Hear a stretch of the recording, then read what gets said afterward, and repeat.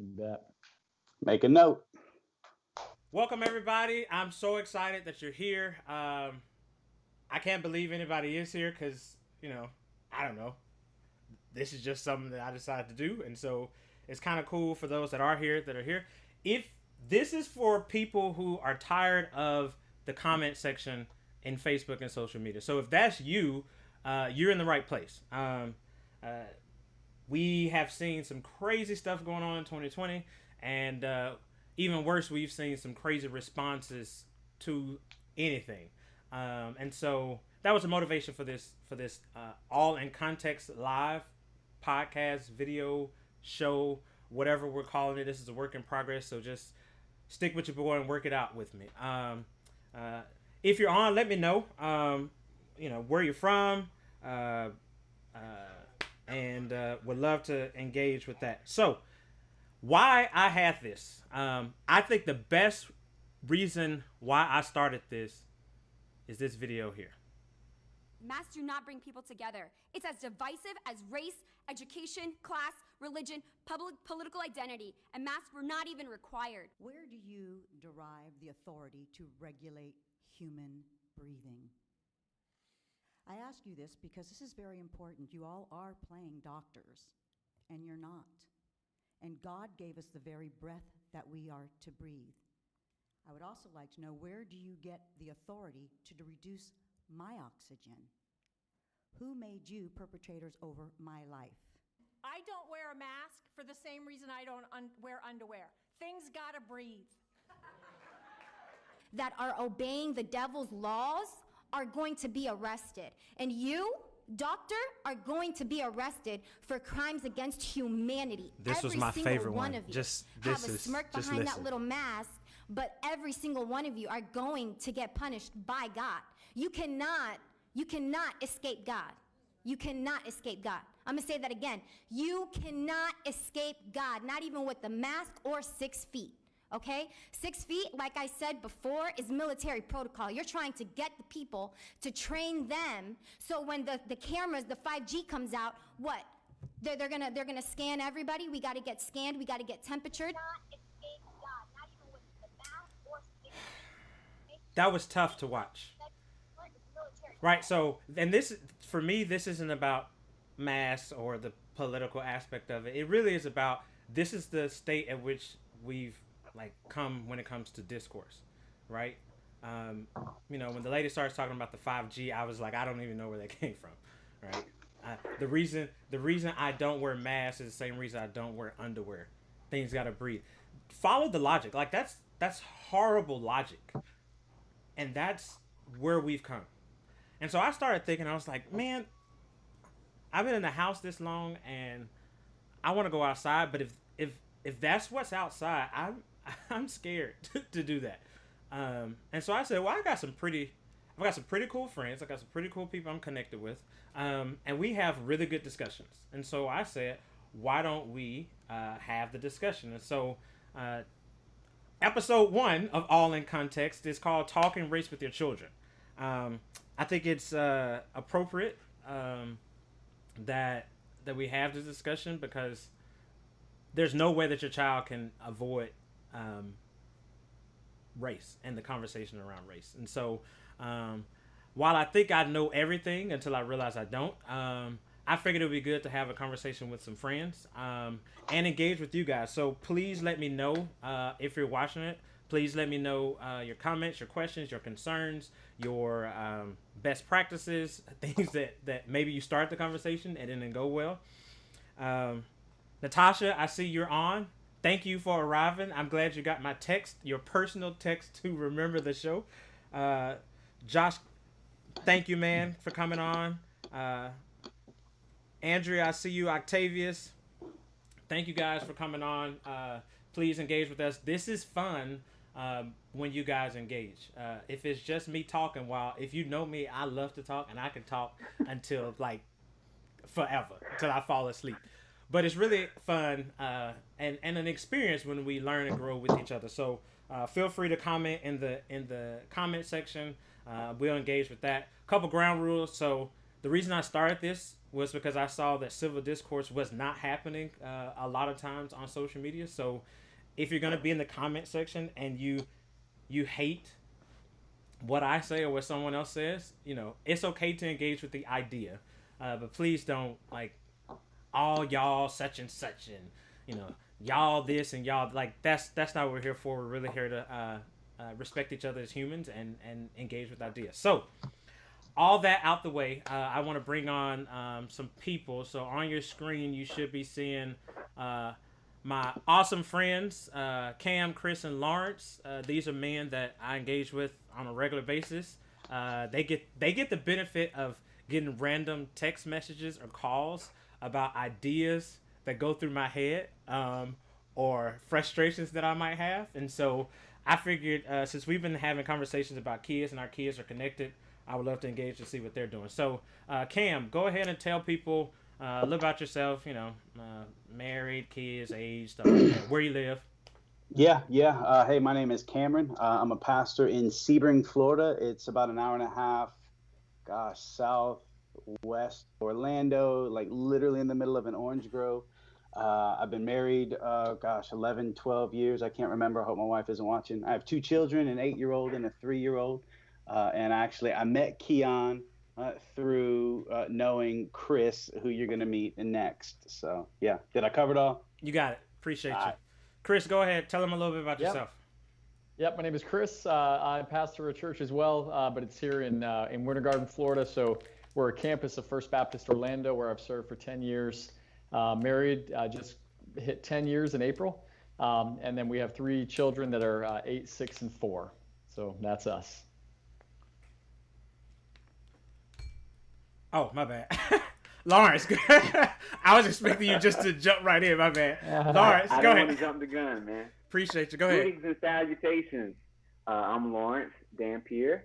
I'm a servant of Christ, a father of 2 beautiful kids, 7, my 7-year-old daughter, my 4-year-old son, and a husband of almost 17 years. It'll be 17 years. Ooh, you're getting old, month. bro. You're getting old. Oh, boy. I'm seasoned. Cool. Did you tell your kids' age? Yes, 7 and 4. 7-year-old daughter, 4-year-old son. We should be talking more, y'all. Like, my No, really. 8-year-old is... So we got...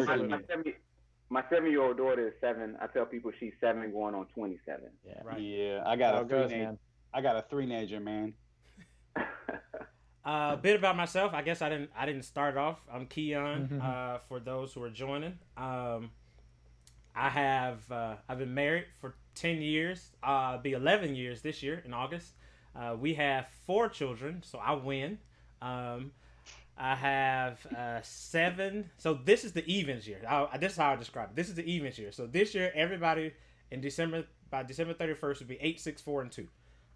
So we have some fun times. I think kids are definitely bringing out in me the need for grace and mercy. I can always tell when I'm tired because, like, at the end of the night, everything annoys me. Every single thing, like everything they do. You know, if they sneeze too loud, I'm like, bro, you don't even have you be an extra. You don't have to do all that. Just cover your mouth, sneeze, and be done with it. Say excuse me. And so, thank y'all for coming on. Kat, this is awesome, Ken. So if you don't know me, I'm a stream of consciousness type of guy, and I'm gonna try to tone that down. But so one of the things that I'm mad about, hey Melanie, one of the things I'm mad about is I'm using this cool software. I ain't gonna say it because they didn't pay me to sponsor them, so I'm gonna wait for them to pay me to sponsor them before I say the name of it. But I'm using it, and the cool thing about it is I'm supposed to be able to see your comments and like pop them up on the screen, but it's probably user error, and I didn't do it right, and so if you see me looking down, it's because I have my phone open to see the comments there. So work with me next time. I can't promise it'll be better, but I'm gonna try. So again, this show is called All in Context. The whole premise of it is we're all working through things in life, right? We're all working, like everybody's working through the issue of racism today. Whether you think you're not or you are, right? If you choose to ignore it, you are working through racism and racial issues through ignoring. You are ignoring, and it's probably ignorance too, right? It is ignorance to just ignore the racism that exists. And so, but the reality of the matter is we all exist in different contexts, right? And so if, like, me dealing with racism looks a little different than how Chris engages and deals with it, or Cam, or even Lawrence, right? So we always try to, one thing I hate is when people lump black people all into one group, as if the black experience is one, like, complete whole lived experience, and it's not, right? I realize that. I went to Florida A&M. Let's go Rattlers. Hey. We're joining the SWAC, and I've been having conversations with SWAC members, and I'm ready for us to come in and dominate. We're going to beat BCU this year. It's going to be a great year for FAM. Hey, did FAMU pay you for that gassing them up or no? Oh, he pays necessary. Wait. Time out. Not necessary. I went to school on a scholarship from FAM. So Okay. technically, they kind of paid me. I repent in dust and ashes. Thank you. I appreciate that, as you should. And so one of the things I realized when I went to FAM was, like, black people from DC are totally different than black people from California. Black people from Miami, I think, are totally different than all black people in the entirety of the world, right? I think Miami itself is a unique expression of life. My apologies to anybody from Miami if you're offended by that. Stream of consciousness. I'm sorry. Miami people don't get offended, Keon. You don't have to even say that. That's true. And they always got good comebacks if you say something slick. So I'll be waiting for that. And so we all exist in different contexts, right? I can see my old college roommate Val is on the line, right? And he lives in Atlanta and has 2 kids of his own. Ebony Banks, you're on the line. And I know you are on the line. See, this old school reference. You're on the line. You're on the video, I guess is what it's called. And so, her context looks totally different, right? And she, sorry for putting your business out there, Ebony. Stream of consciousness is a victim. The rest of y'all be aware. Right. And so one of the things is like what it looks like to be a black woman who is biracial, but identified kind of as black, is totally different, and that experience totally different than other black people. Tasha, you putting Gators on there, which I'm assuming you want me to shout out another school in Florida, but I don't know. I don't know what school you're talking about. And so, yeah, listen, if it ain't a Rattler or FAM, it doesn't exist in my mind. And so the idea is, I think we all have different contexts, and I think we can all learn and grow. And how I do what I do in the context of my world, I think it's right. But somebody might come in and say, "Yo, so this is what it looks like for me, and this is how I process it." And I could either say, "Man, I can learn and grow from that," and say, "I'm not doing that. Let me incorporate that into mine," or I could say, "That's good. That works for you, but that's not going to work in my household." And we can encourage one another. So, all that to say, today we're talking race. We're going to keep this to about 45 minutes from now. So, at 9, we're going to try to be out of here. I know folks got stuff to do. Y'all probably get tired of me talking and other people talking. So, I just kind of want to start off with some context clues. So, this is a little game that I always want to start off with because I like games. And the other thing I like is Hamilton, right? And so, if you know me, I've been listening to the Hamilton soundtrack for about years. I don't know when I started. Right. And so Hamilton just came out on Disney Plus. I'm sure they got millions and millions of viewers. I checked with the people, Cam, Chris, and Lawrence on the screen. They all watched it. So I want to hear, just so I can get a frame of reference for like how you think. Cam, you go ahead and kick it off. What is your favorite song from Hamilton? And you got to sing it. Oh, I gotta sing it. See, listen, man, that's not my lane.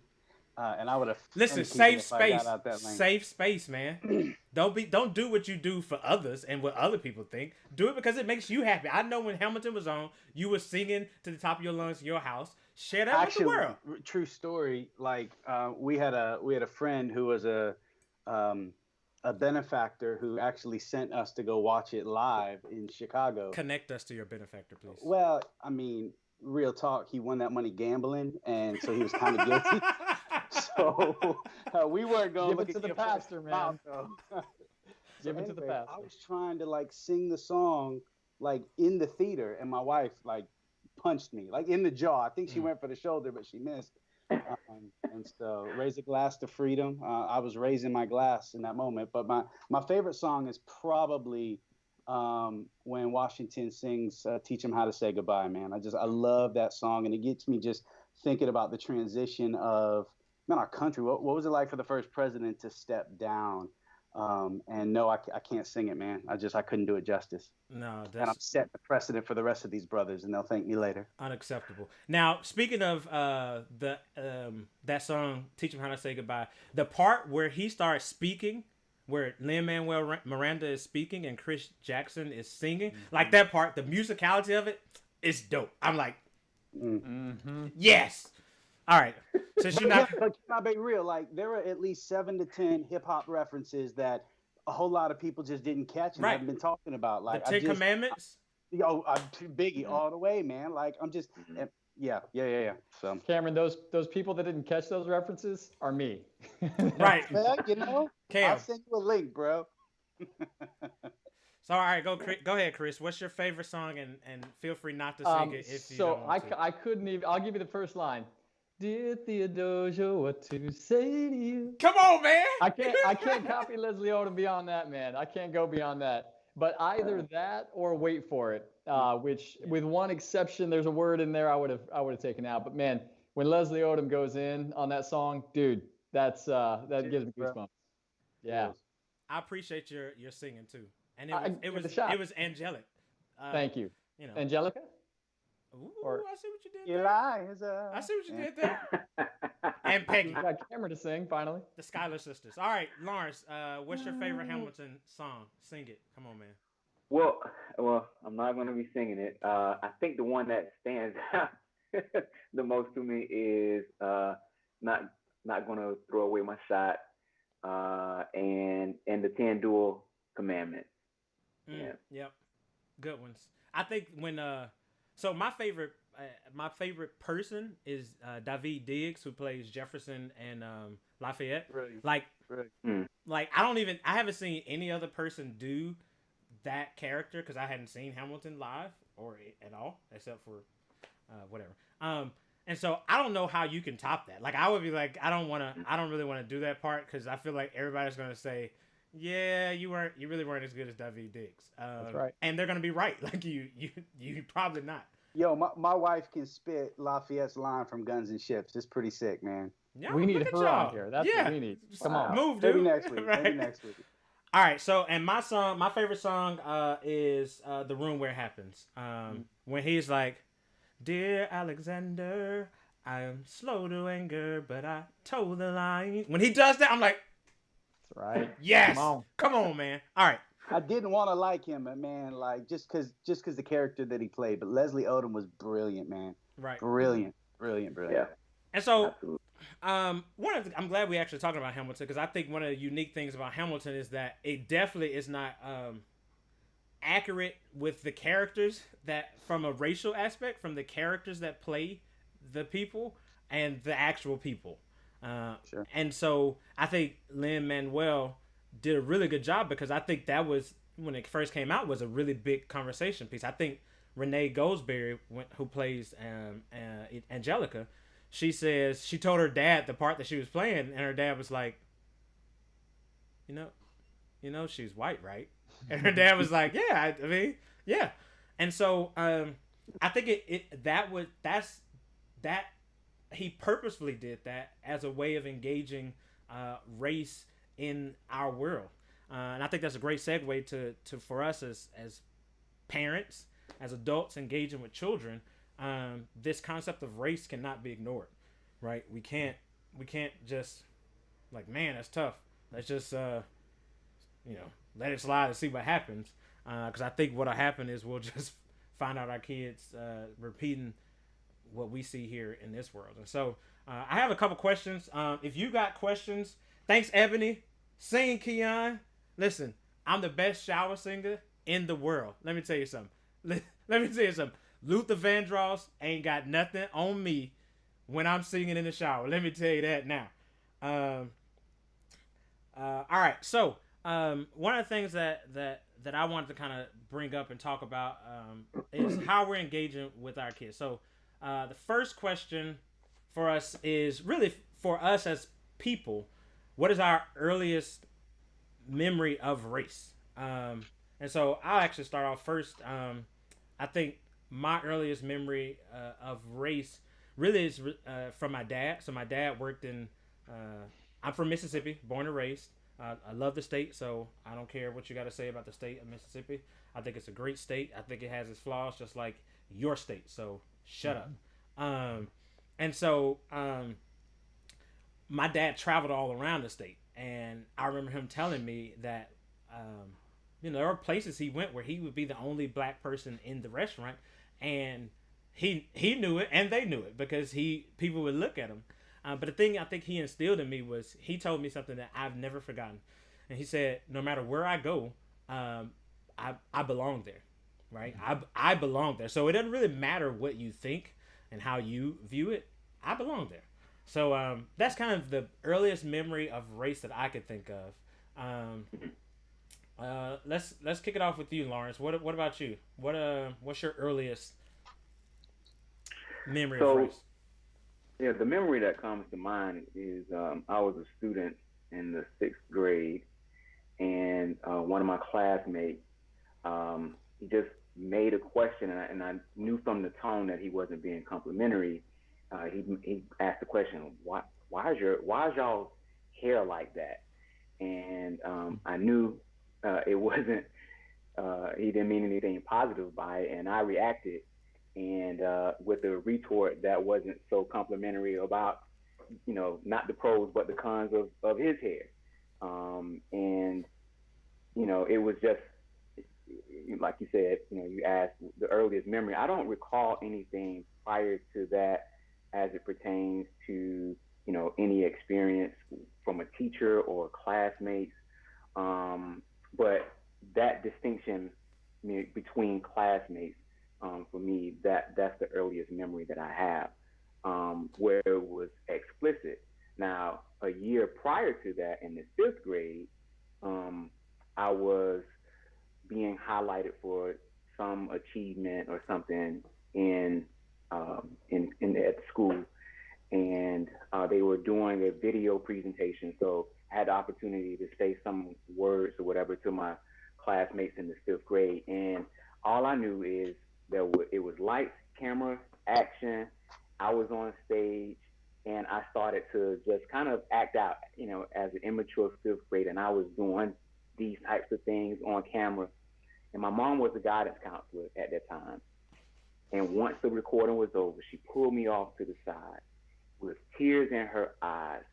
She explained to me in a way that I didn't register as a 5th grader.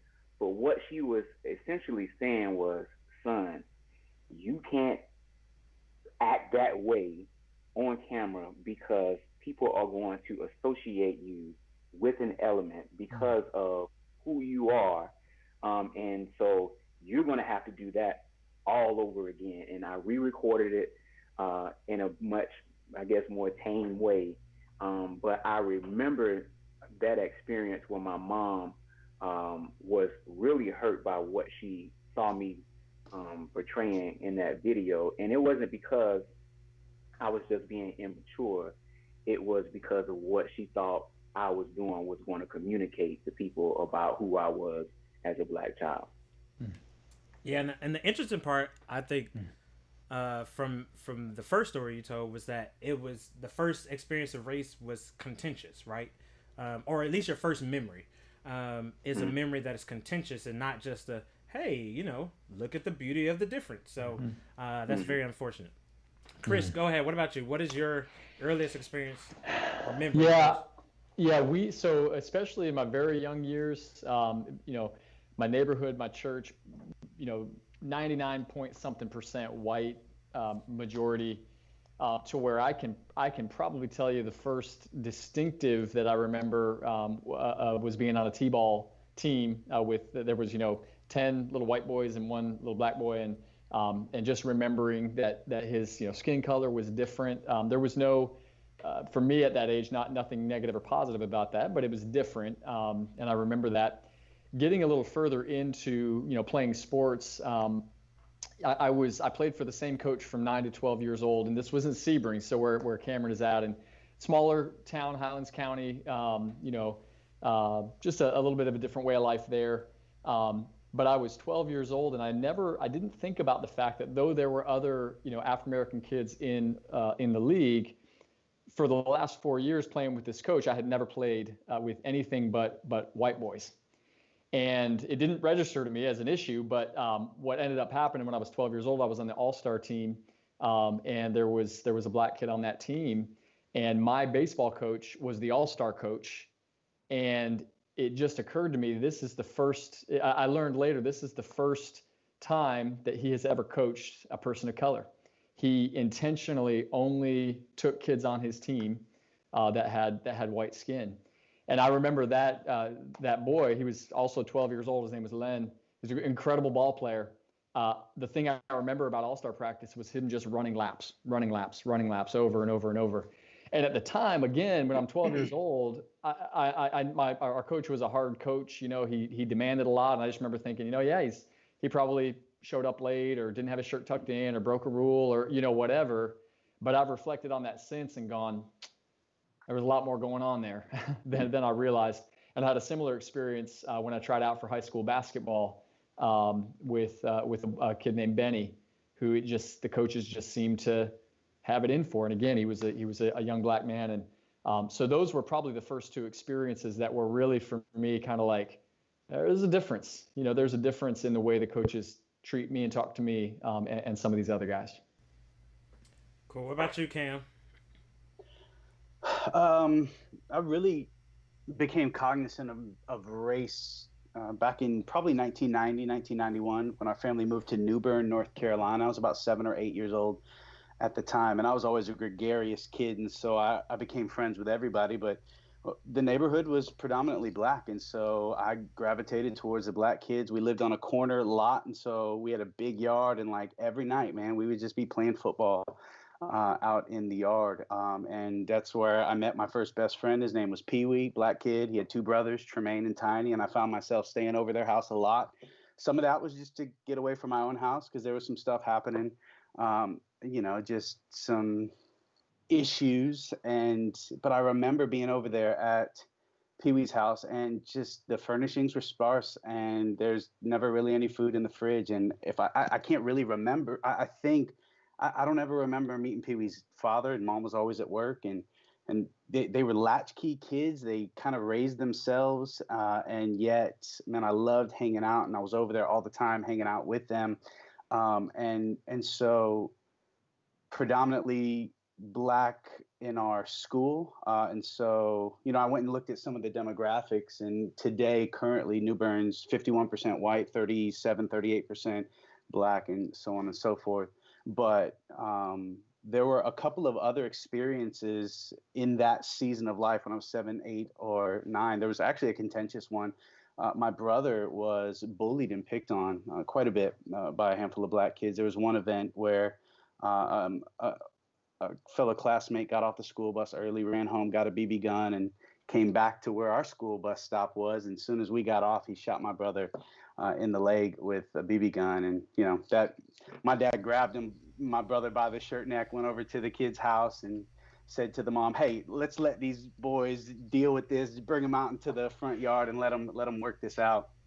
And I remember my dad telling me that the young kid's mom said, "Oh, you don't need to worry about the whooping he's about to get from me. It's going to be a whole lot worse than your boy." And he never messed with my brother again. But there were just some other things happened. We had some vandalization by a young neighborhood kid who happened to be black. But none of those experiences, like I don't believe they negatively affected me whatsoever, because I loved people, and I loved hanging out with really Pee Wee, my first best friend, and so that was kind of the first introduction to race, or at least somebody different than me. And of course, man, I got turned on to hip hop music. That became a part of my life, and the way that I talked, the way that I dressed, and so on and so forth. So, yeah. So I think so. How would you say your experience with race has impacted you in how you raise your kids? Right. So the idea is like we are not who we are simply because we decided to be who we are. There are so many influences, good and bad, that impact us. So I'll speak for myself. I know one of the things that I want to instill in my kids is that, like I said, my dad said, you belong wherever you are. Mm-hmm. I'm jumping ahead to one of the questions, but whatever, stream of consciousness, remember. One of the earliest memories I think of my kids' experience with racism is my oldest went to a VPK, and he was the only black kid, right? Mm-hmm. He had a black teacher with, deep, beautiful brown skin, but he recognized that everybody else had what he called peach skin. And he said, he told me, and I was like, oh, no, you got to get out of that school. He said, Daddy, I want to have peach skin like everybody else. And I kept saying, like everybody else, what about Miss Williams, your teacher? She's a beautiful brown lady. What do you mean? And he was like, yeah, but everybody else is peach. And I think that broke my heart. Not solely because of that experience, but because I know in his mind he wasn't associating necessarily black with bad. Mm-hmm. He just knew he was different. But I know where that goes if he continues to live where you're different, and that especially your brown skin is bad. What about you guys? What are I got all kind of stuff. And again, if you're watching, feel free. Cam, listen, Ebony said sound like you got some soul in you. See? And that's why you should have sang. I don't understand why they didn't say that when I talked. What's going on here? I mean, nah, bro, you sound OC. Absolutely. That's why I'm here. I'm representing a demographic. That's right. That's right. So tell me, anybody jump in. Tell me, how has your experience with race impacted how you raise your kids, or what's the earliest your kids' experience with race has been? Just jump in. Yeah. So one of the things I reflected on, Keon, as we prepared for this was, my family was, my dad was in ministry most of my upbringing. Even though we were in a predominantly white environment and community, my dad always seemed to attract people that were other than. So whether that was, there was a young man named David, Puerto Rican guy that was always over at the house. My dad mentored a young guy named Sean, a young black man that would come over when I was real young.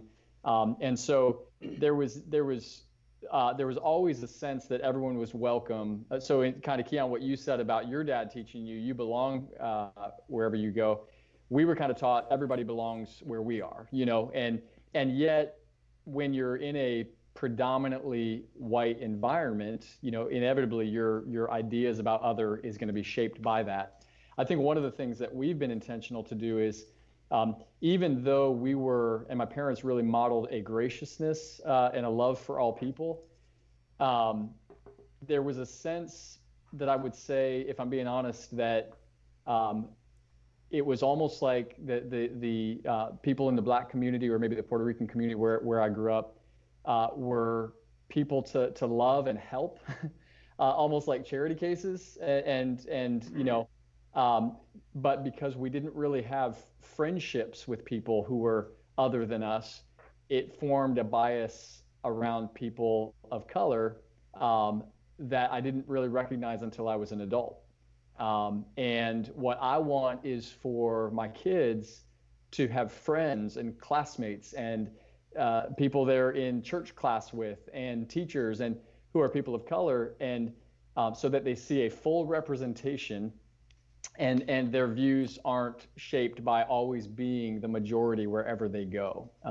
The way that I would, and then I'll let somebody else take it, but the way I would frame that is if I had a picture of, the city of Boston, like on a postcard, and I showed my girls and I said, hey, this is what Boston looks like, and that's the only picture they ever saw, they're going to have a very one-dimensional view of what Boston looks like. Whether it's good or bad is almost irrelevant. They don't really understand Boston. But 2 years ago, we took our family to Boston, and we went outside the city and picked apples. We were in the city, So now when they reflect on Boston, is it tall buildings? Is it apple orchards? Is it long winding roads? Is it narrow brick roads? Well, it's all of it, because they've seen and been in Boston. And so I want our kids to grow up with a full context relationally, so that one or two bad experiences or one or two outlier situations don't cause them to go, well, it seems like Black people, or it seems like Puerto Rican people, because they would just be so familiar with a large swath of different people and be formed by that. So anyway, I'll let somebody else pick it up from there. Yeah, I'll jump in. Question was when our kids began to notice. Okay. For Cora, our now 8-year-old daughter, probably when she was around 3 years old, and we don't recall it really being a thing for her, just kind of a curious observation. That girl's skin is darker than mine, sort of thing. And we would always acknowledge her observation, remind her that God made us as unique image bearers, and usually took that as an opportunity to celebrate the differences in God's good creation. Levi, he's 3 years old. He's just now starting to observe, especially as we talk more in our home. But like Chris said, like we want to diversify the friends that we have in our home. We want our kids to be around children who have a diverse and cultural difference in their background. And we're trying to do that as well as we can. And as we get into further the conversation, a lot of the resources we keep in front of our kids, the books that we read, the toys that we play with, like we want them to look as diverse as possible so that she can have a wider palette than the opposite. So, yeah. Yeah, so, what we attempt to do in our home is really curate an atmosphere that gives our children a sense of pride about who God created them to be, so that they don't ever feel the need to be something different than who they are, that who they are is who God, intended them to be, and that is perfectly them. And so we are intentional about the books that we make available for them to read, that they see themselves on those pages and in those stories, the characters that we kind of flock to in terms of cartoon characters or movies, the heroes that we celebrate, whether it be Black Panther, Princess Tiana, those types of characters we really try to celebrate. And then we also really talk to them about who God created them to be and all of their differences and distinctions, and talk about it with a great sense of pride. We're proud of the dark skin that we have, and we celebrate it is something as beautiful. Even as recently as I would say maybe a month ago, my wife came to me and she made mention that my daughter was saying something about she wanted a different color skin. And so I went to talk to my daughter and I talked to her about, how beautiful your hair is. And she was like, well, I know my hair is beautiful. I know you say I have beautiful eyes, and I know you say I have a beautiful smile, Daddy, but you never say anything about my skin. And that was the last time she ever had to say anything right. like that, because you're thinking that, I'm affirming her in her beauty, but she's particularly concerned about her skin. And so I go to her now and I'm like, you are so beautiful. Your eyes, your hair, your skin. Oh, just my favorite skin in the whole world. And so we do that for both of our children. And that's, I think that, the question was, how is that different from when I grew up as a child? that we were not having those explicit types of conversations. We were celebrating our heroes, particularly in the month of February, but there was no active combating the media influences that we saw on TV every day, that we saw in print or otherwise. I don't know if it was something that my mom was aware of, but it's something that both me and my wife are very aware of, and we've taken a preemptive, proactive approach to creating a sense of pride in that, who God created you to be. He wants you to be that for his purpose, and that is perfectly you. Yeah, you man, it's devastating when you hear people. And again, this is not for me as a person. I want people to recognize their value, right? So I believe that black people, white people, and every other category of people should be proud of the way that God has made them. But the reality of the matter is, in our context, in the world that we live in, it is darker skinned people who often are made to feel like they are less than. I want to read something that a friend of mine, Val, a college roommate, wrote about his experience with his daughter. He says, parents sometimes have the option of coming to school and eating lunch with their child. Their child also has the option of picking another child to go with them to the lunch. His daughter asks her friend, "Why don't you pick me sometimes?" And the daughter, listen to this, responds, "My mom told me not to pick dark-skinned black people." He says, "Of course, I got on a flight and went down there that week." He was angry. And I and rightfully so, right? As parents, our jobs are to protect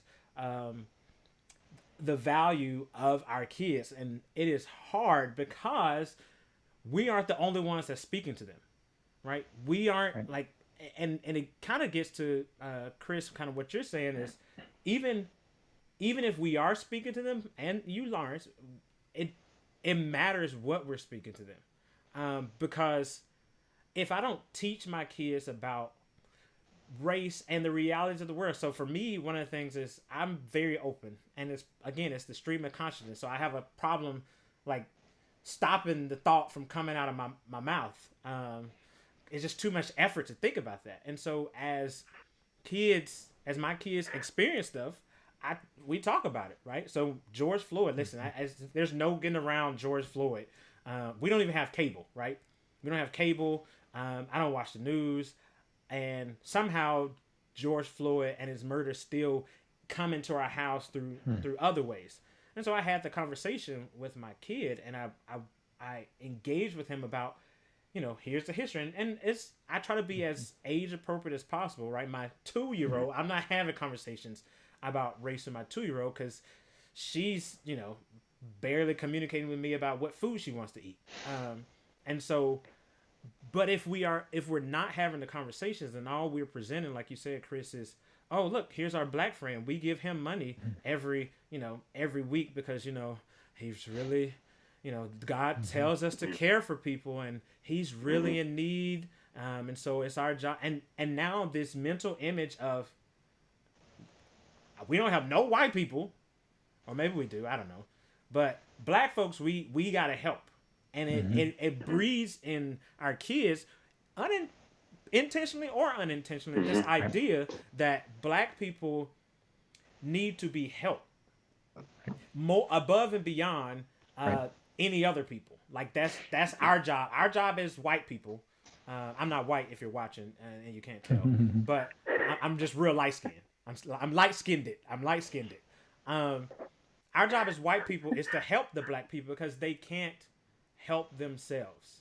Keon, I think that speaks even to, when a church is portraying a video of the church serving, let's say if it's a predominantly white church, are we continuously seeing white people handing bags of food to dark-skinned people? Are we seeing the white families that keep adopting the little Chinese girls and little black, and again, motive aside, what that's teaching is a superiority. And nobody would, I mean, everybody's going to go, no, we're helping them, we're serving. But the teaching has to go beyond just that. I mean, it has to go deeper than that. There has to be portrayals. I think this is why, and Lawrence, you spoke to, whether it's Black Panther, Princess Tiana, or just even Barack Obama in the White House. I mean, these images that children need, I would say Black children and white children need, to be able to frame an accurate view and perspective on humanity and on racial distinctions as part of that. So, Cam, you got anything to add? No. Oh, well, I do, because I always got something to add. I think I knew you did. I was trying to be gracious and not seem like I'm trying to be a gracious host here, okay? So I think, again, going back up to my upbringing, growing up in Jackson, Mississippi. So if you don't know about Jackson, Jackson is again, I don't have statistics, but my experience, Jackson is a probably 80% plus Black city within the city limits. And people from Mississippi, correct me if I'm wrong in the comment section, but it's a pretty Black city. And so the beautiful thing about that is I saw Black mayors growing up. I saw Black police chiefs. I saw the one Bentley that we had in Jackson, at least that I knew about.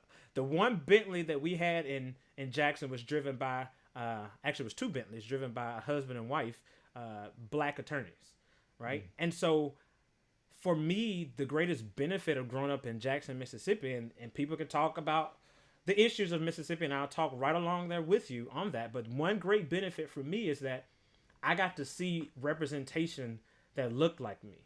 And so I don't think I ever thought I can't be that. Now, I was taught that in order to be that, you're going to have to work twice as hard, right? And there's no room for messing up. But it was never this idea that I couldn't do it. And I think that was very helpful for me in the determination that I have, because I got to see that. And I think, I don't know if Camila's on, but when I was beforehand, a couple of days ago, I was asking for what are resources that you use? And one of the links she linked to, and Camila, if you are on, can you put that in the comment section? Because I want to be able to reference it. But I think it was from NYU. And the lady was saying, basically, we need to, reading.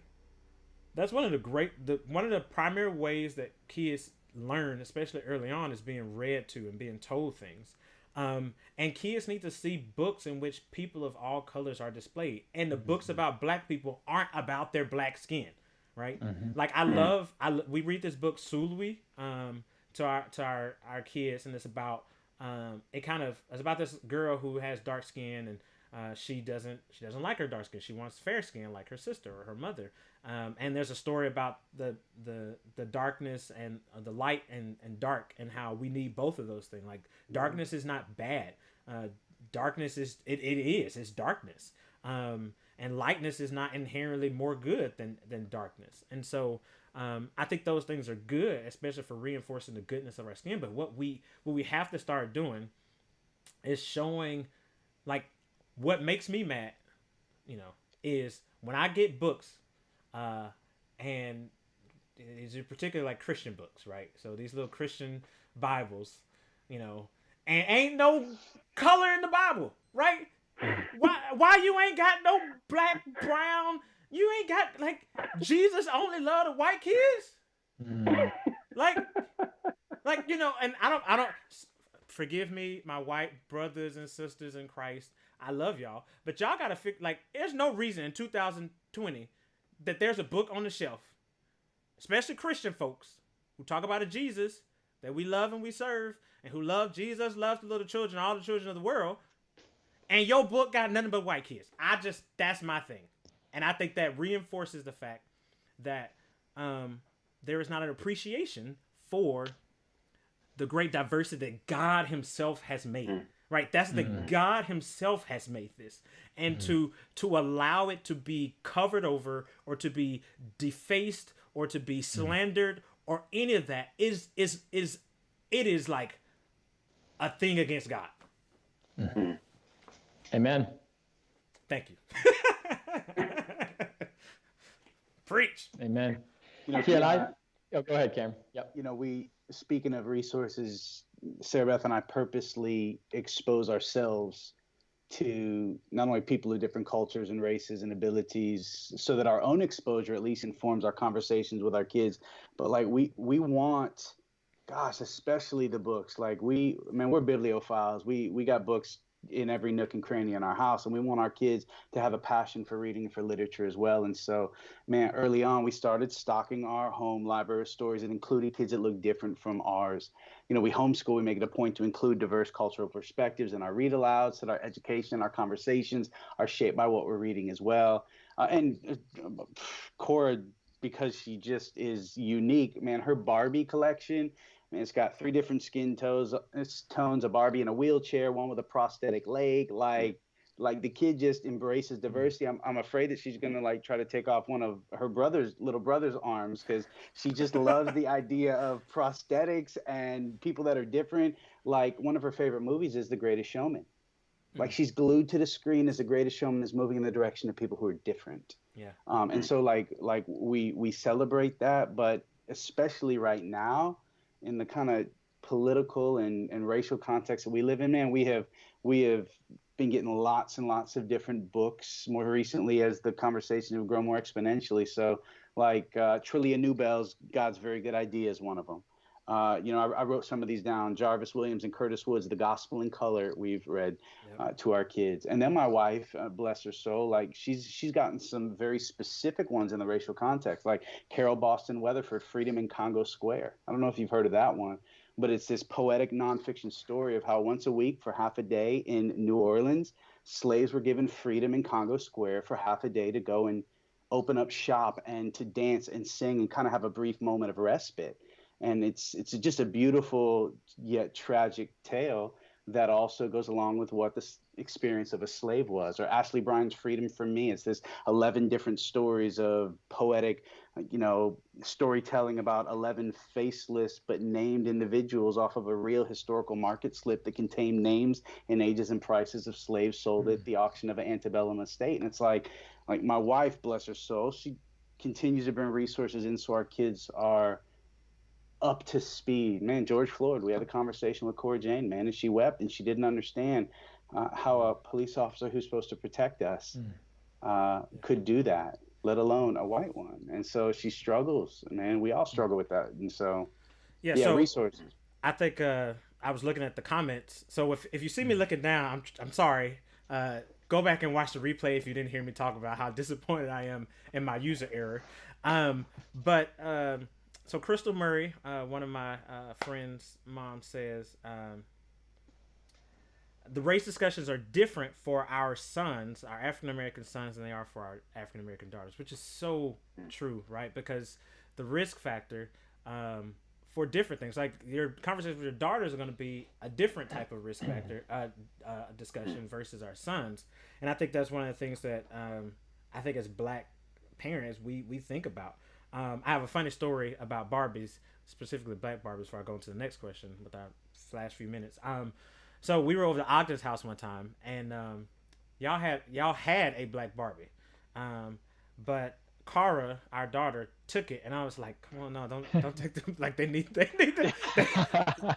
Black Barbie. Leave the Black Barbie. Right? I want to make sure they got every Black Barbie in their house." So, yeah. So but. Are you implying, because I don't know, but that might have been our only Black Barbie? I don't know. Listen, I don't care if it was your only one or not. If you had 5 of them, you need 6. Yeah, absolutely. In the tournament, she goes, I think Cara just took the Black Barbie. So we'll probably go a little bit over 9, but I won't go too long. Lawrence, I guess this particular question is for you. And so how do we... because one of the things as parents, we don't want to pass on hate. See you later, Cam. Just because, he's done with it. Come on, get some Black Barbie. Come on. So how do we teach our kids the history and the current realities of racism without also like passing on hatred, right? Because kids' hearts are delicate, right? I was watching, my coworker Melanie is on, and she sent me a video of parents talking about to their kids about their experience with racism. And I was crying. Like, I was like sitting at my desk crying because those kids, their hearts were so hurt, rightfully so, to hear the stories. And I bet it's very easy to talk about the history of white and black race relations, and again, intentionally or unintentionally, pass on this level of hatred that we don't want for our kids. So how speak on that? What are your thoughts on that? Well, I think it's important to talk about race with our kids early, often, honestly, and age appropriately. Obviously, that's going to vary. Those conversations are going to look different for my 4-year-old versus my 7-year-old, and as they get older, those conversations will be even more in depth and transparent and more detailed. I think that it's really important to highlight for our children our history. It doesn't begin in 1619 with the earliest slaves landing on American shores, but it begins. We have a rich history that precedes slavery in Africa, a proud history, and it really just kind of instilling in them our own sense of value, as you mentioned, and I was kind of getting to that point, that value that we all have as image bearers. The Imago Dei is with us all. We all have intrinsic value by virtue of our Creator, and so with that being the case, we also understand that no one is perfect. We all fall short. So it's having those conversations and really introducing the concept of grace at the same time as we talk really openly and honestly about history, and sharing with our children that, look, the reality of the situation is that slavery happened, Jim Crow happened, the new Jim Crow is happening, the residue of racism and white supremacy is still a reality that we live today. However, this is something that we navigate. This is something that we understand, and it is something that we do not deal with people from a place of pride, but also we deal with them from a place of grace and humility, understanding that we all fall short. And so it is not to understate our history. It is not to dampen its impacts on us, but it's really important for our children to understand that God created us all, and we all are in need of grace. And I think that when you have those conversations about history honestly, but also through the lens of the gospel and the grace that is afforded to us all for our shortcomings of varying natures, then we can help to properly, I guess, put in our children's mind the importance of love and dealing with people from a posture of love.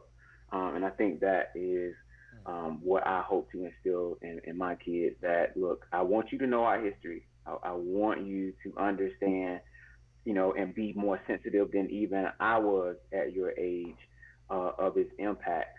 And but also I want you to be a conduit of God's grace, and you can only do that if you have an active love for people, regardless of the historical context. That's good.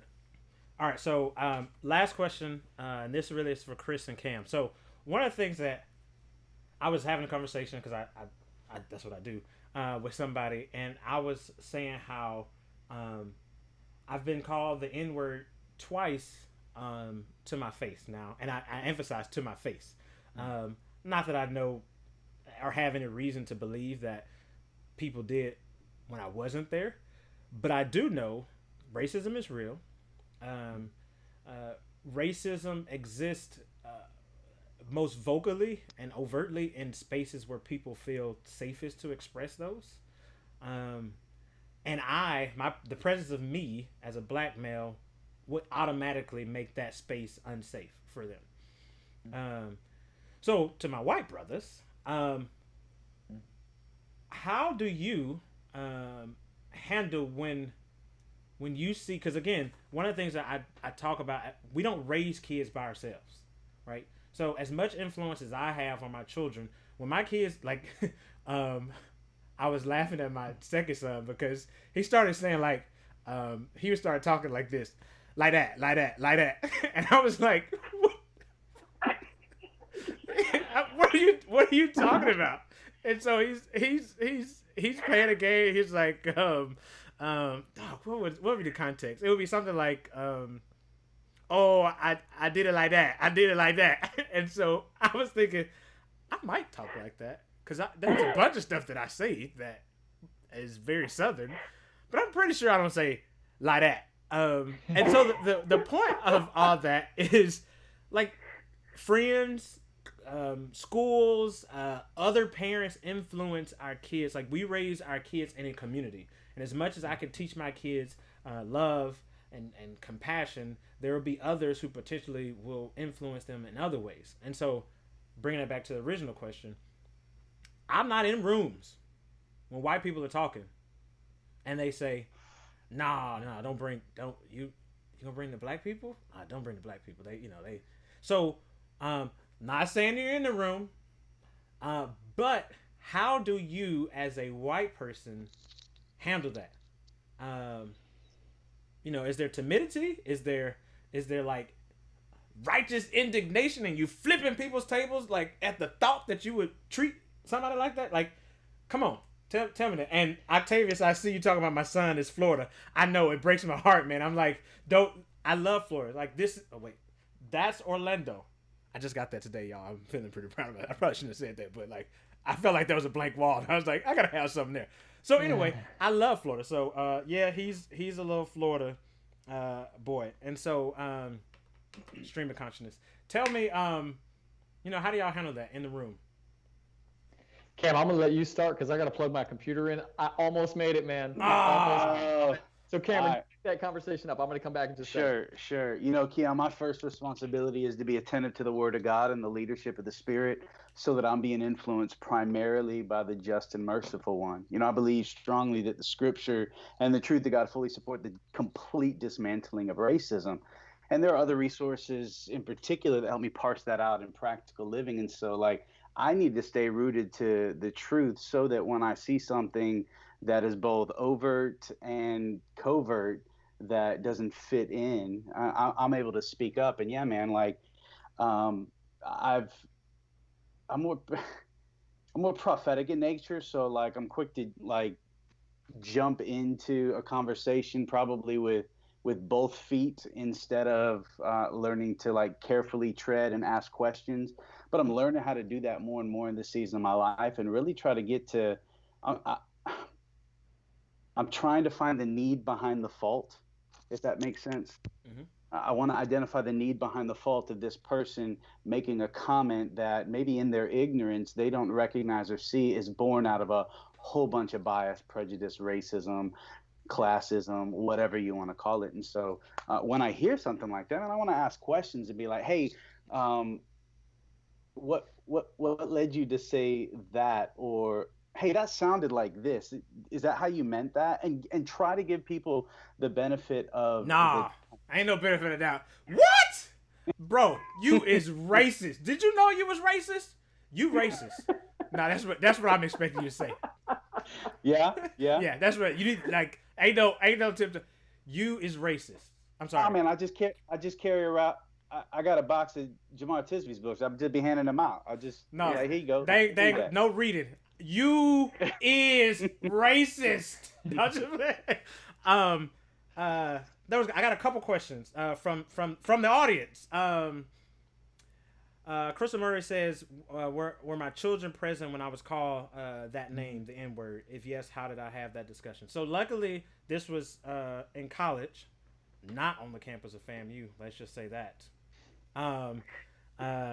but somewhere else. And so Down the street.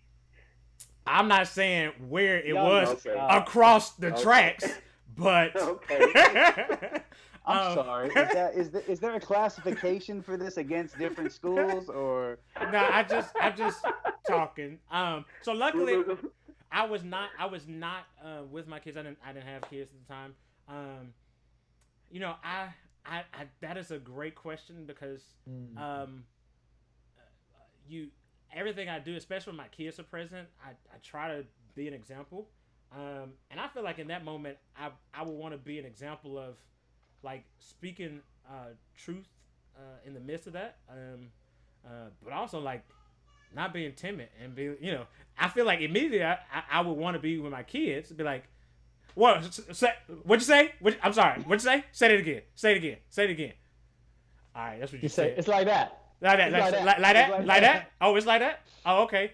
And so I don't know. That's a tough. I feel like if my kids were present, I would probably just walk away because in my estimate, those people are ignorant.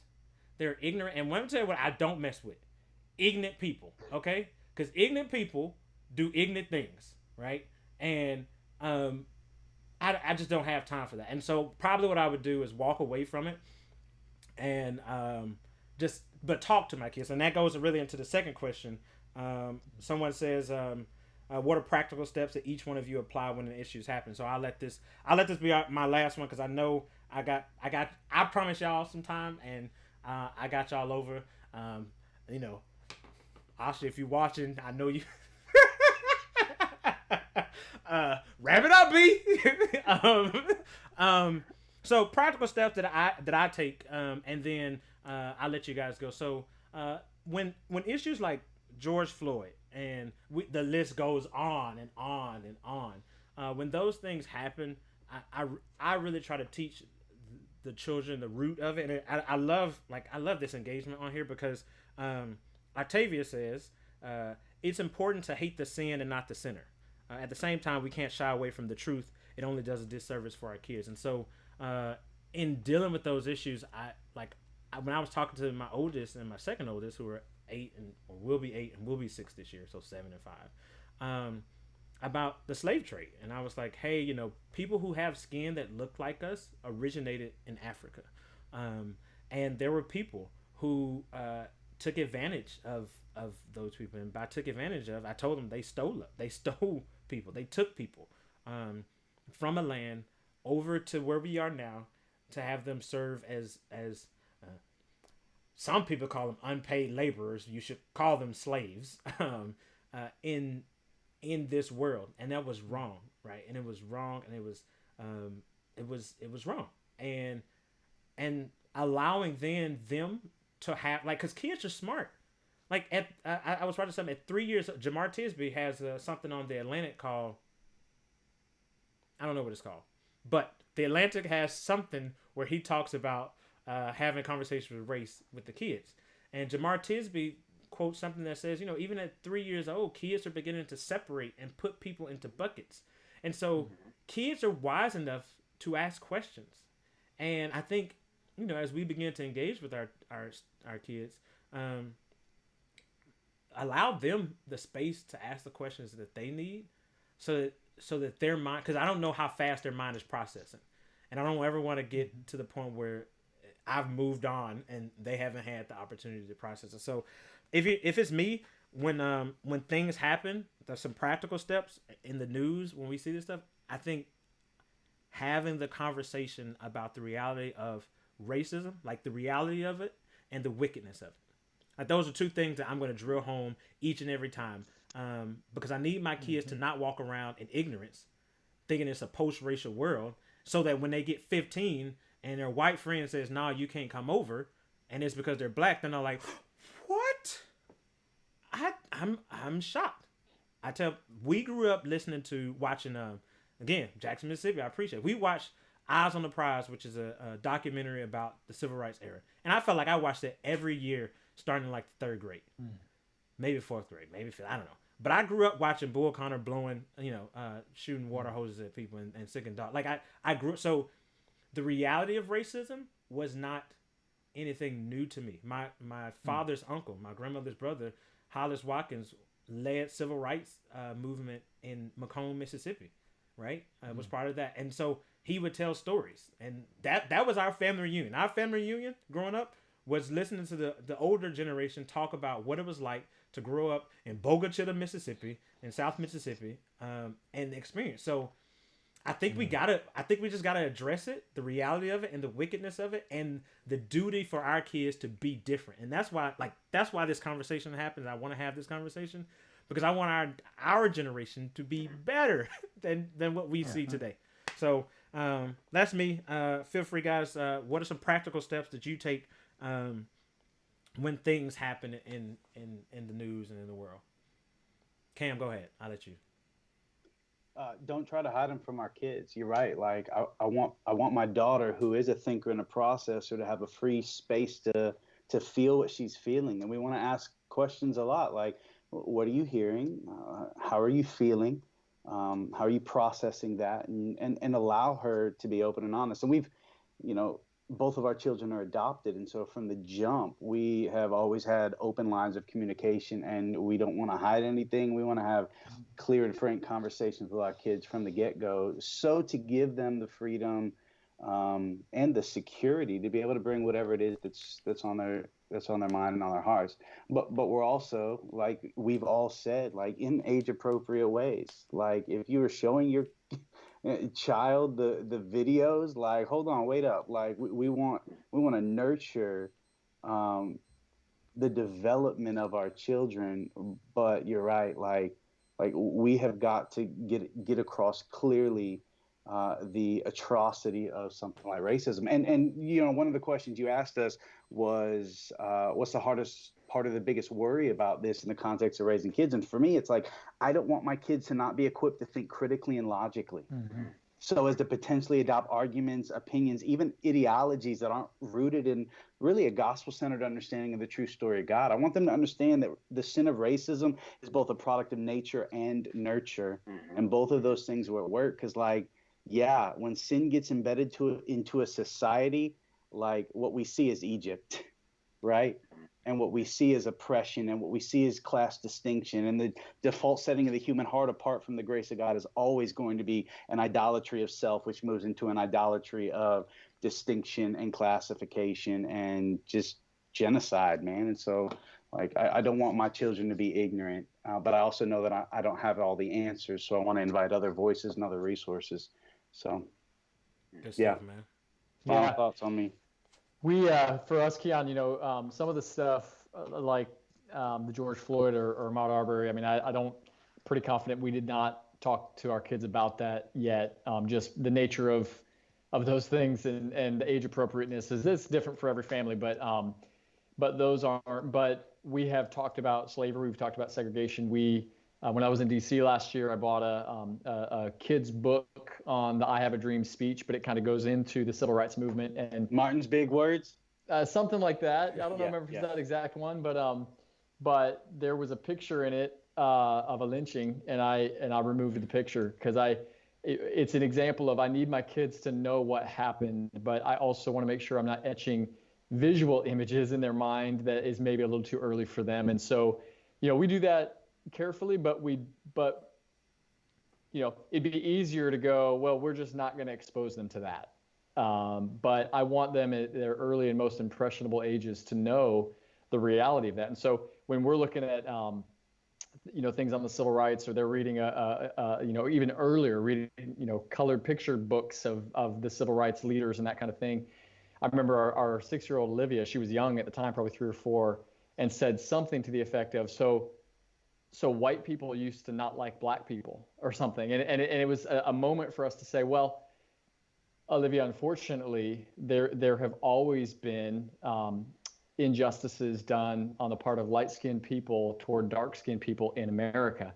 there were also always light-skinned people who advocated for and walked with and marched with, and those kind of become, you know, people that they can aspire to be, people that have skin color like them, but who show the love of Christ and who were willing to even sacrifice or even put their life on the line, versus another family that might, you know, teach their kids that, you know, your great-great-grandfather was a Confederate soldier, and that's our heritage, and that means, and we don't go, you know, we go the other way. We go, no, this is a symbol of hatred and of racism, and we want them to aspire to be in the same way that, you know, you might, you know, a young black child might aspire to be the next Barack Obama. We want our kids to aspire to be people who were on the right side of history and who continue to be, and not those who are not.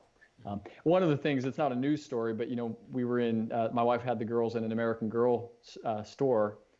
And of course they have a couple of black dolls, but they've got straight, you know, Anglo hair. And my wife, Nikki, just said to the girls, she said, do you see any dolls in here that have natural hair? Do you see any that have hair like, and it was one of their classmates.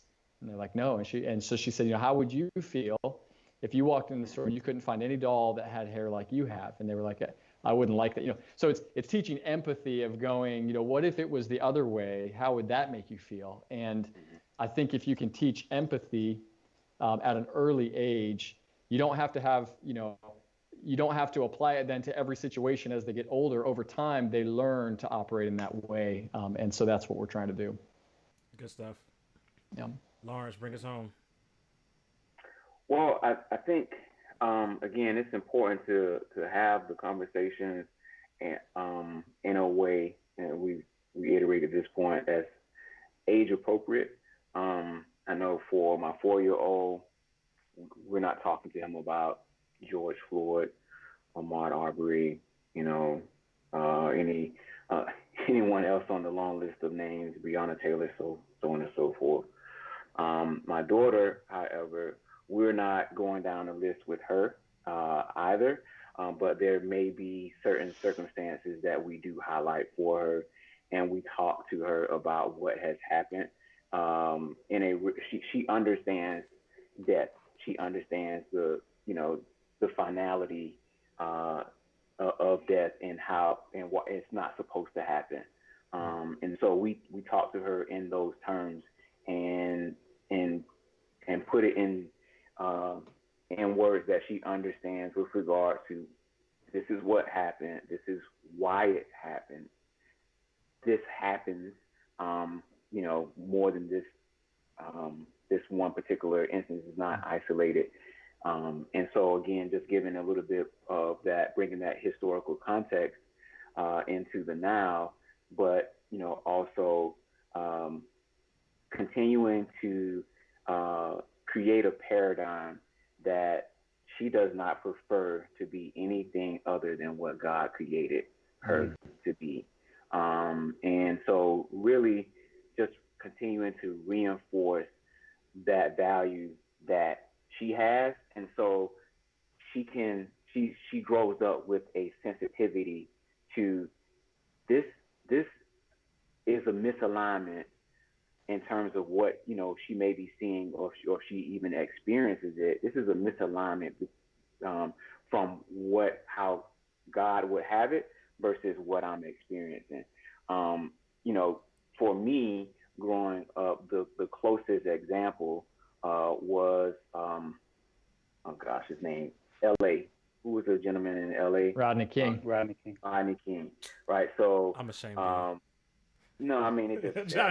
I'm just playing. I'm just giving you a hard time. So Rodney King, you know, when that happened, that was the George Floyd of my day. You know, it was one of the first times that something so egregious had been caught on film, and you know, the whole way that the whole case played out, and there was no conversation in my home about, you know, why, you know, he was treated this way, why the cops were acquitted for their actions, even though there was, you know, evidence, regardless of, you know, any circumstances, you know, that could have contributed to, you know, that whole scenario. The conversation just wasn't had. And I want to make sure that, you know, me and my wife, we're having those conversations with our kids, so that, you know, again, that there's a sensitivity, you know, not only sensitivity, but some level of insight, and then hopefully some level of frustration that leads to a motivation to, you know, actually advocate on behalf of, you know, Black people and any other people group who may be marginalized, and, you know, and so that they're living out, you know, this true and undefiled religion. Hey, Lawrence, any reason why that conversation might not have been happening in your home in retrospect? Have you ever had a conversation with your folks, maybe in retrospect, about that, or no? That's a great question. I would have to ask my mom, man. You know, I definitely have not had a conversation with her in retrospect, like, hey, you know, when Rodney King happened, why didn't we have a conversation? I was in middle school when that happened, and I was old enough to have an open, honest, age-appropriate conversation. It was on the news. Obviously, the riots that ensued after, you know, were on the news. I was aware of those things, but we were not having conversations about, you know, the historical context, you know, the police brutality as norm, or something that I as a Black boy should be aware of and cautious of. Those conversations didn't happen, but I want to definitely equip my son and my daughter to be able to have those conversations. Yeah, so I think, to wrap it up, I think when we think about talking race with our kids, or our children, I think one of the main things is we just have to do it. I think in light of everything that happened with George Floyd and the Amy Cooper situation, and just all the stuff that we see, people either leaned into the conversation or they avoided it. And I think when we avoid it, it's because it's uncomfortable. Like, I don't want to ever assume that people don't say anything because they're racist, right? So I was joking with Cam about it. Oh, you were? Oh, okay, good. I wasn't sure. I mean, there's like, to every joke there's a certain level of sincerity. Right. But I think what we need to do is normalize the conversation of race. Like, I've seen these memes where, you know, let's normalize. I think I saw one that said, let's normalize when you're on a Zoom call and you're sharing your screen, people not saying, can you see my screen, right? Because it happens in every call where you say, can you see my screen? Can you see my screen? And so normalization makes the conversation possible to have, even if it's a difficult one. So when our kids grow up having this conversation about race as a normal thing, it's not something that's too far outside of their realm of normality to then have that conversation themselves. And so, and wrapping up, I appreciate everybody that was on, that engaged. This has been great. Brothers on the screen, I appreciate you guys in your desire to raise kids who will look at people with the Imago Dei, as image bearers of the God that created them. And thank you for leading your families in that way. Let us not be the only ones, and let us hopefully unite with others in doing that. If you're wondering what's up next, you'll just have to stay tuned.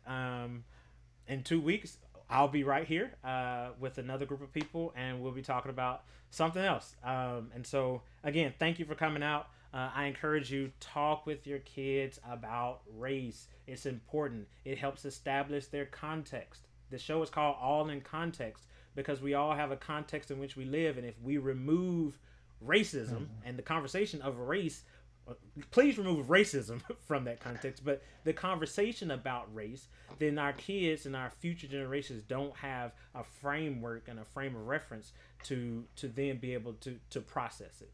And so I want their context. I want our context to be one that says racism is real and it is wicked, and we ought to be different.